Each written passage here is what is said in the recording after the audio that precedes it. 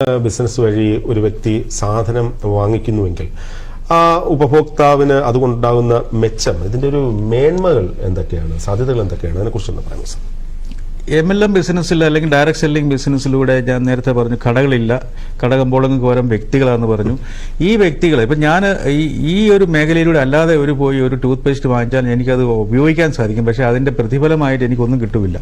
പക്ഷേ multi level marketing direct സെല്ലിംഗിലൂടെ ഒരു product വാങ്ങിക്കുമ്പോൾ ആ വാങ്ങിക്കുന്ന സാധനത്തിന്റെ പ്രോഫിറ്റിന്റെ ഒരു വിഹിതം എനിക്ക് തിരിച്ചു വരുന്നുണ്ട്. അതുകൊണ്ടാണ് ഈ മേഖലയിൽ ധാരാളം ആൾക്കാർ പ്രവർത്തിക്കാനായിട്ട് സാധിക്കും. നമ്മൾ വെറുതെ കൺസ്യൂം ചെയ്യുകയല്ല, കൺസംഷൻ ചെയ്യുമ്പോൾ ആ കമ്പനി ഉണ്ടാക്കുന്ന പ്രോഫിറ്റിന്റെ ഒരു വിഹിതം ഈ കൺസ്യൂമർക്ക് കിട്ടുന്നു എന്നുള്ളതാണ്. അപ്പോൾ ആ കൺസ്യൂമർ എന്ന് പറഞ്ഞാൽ അവർ ഡയറക്റ്റ് ഡിസ്ട്രിബ്യൂട്ടേഴ്സ് എന്നാണ് പറയുക. ആ ഡിസ്ട്രിബ്യൂട്ടേഴ്സ് ഇവരുടെ സാധനങ്ങൾ വാങ്ങിച്ച് മറ്റുള്ളവർക്ക് റെഫർ ചെയ്ത് വാങ്ങിക്കുമ്പോൾ ഓരോ സെയിലിലും അവർക്ക് ആ പ്രോഫിറ്റിന്റെ ഒരു വിഹിതം ബൈബാക്ക് തിരിച്ചു വരുന്നു. അപ്പോൾ അതാണ് അതിന്റെ ഏറ്റവും വലിയ സവിശേഷത. അപ്പോൾ മൾട്ടി ലെവൽ മാർക്കറ്റിംഗ് മാത്രം അല്ലെങ്കിൽ ഡയറക്ട് സെല്ലിംഗ് മാത്രമാണ് പ്രവർത്തനം. നമ്മൾ സാധാരണ ഏത് സൂപ്പർ മാർക്കറ്റിൽ പോയാലും ചിലപ്പോൾ ഡിസ്കൗണ്ട് കിട്ടുമായിരിക്കും.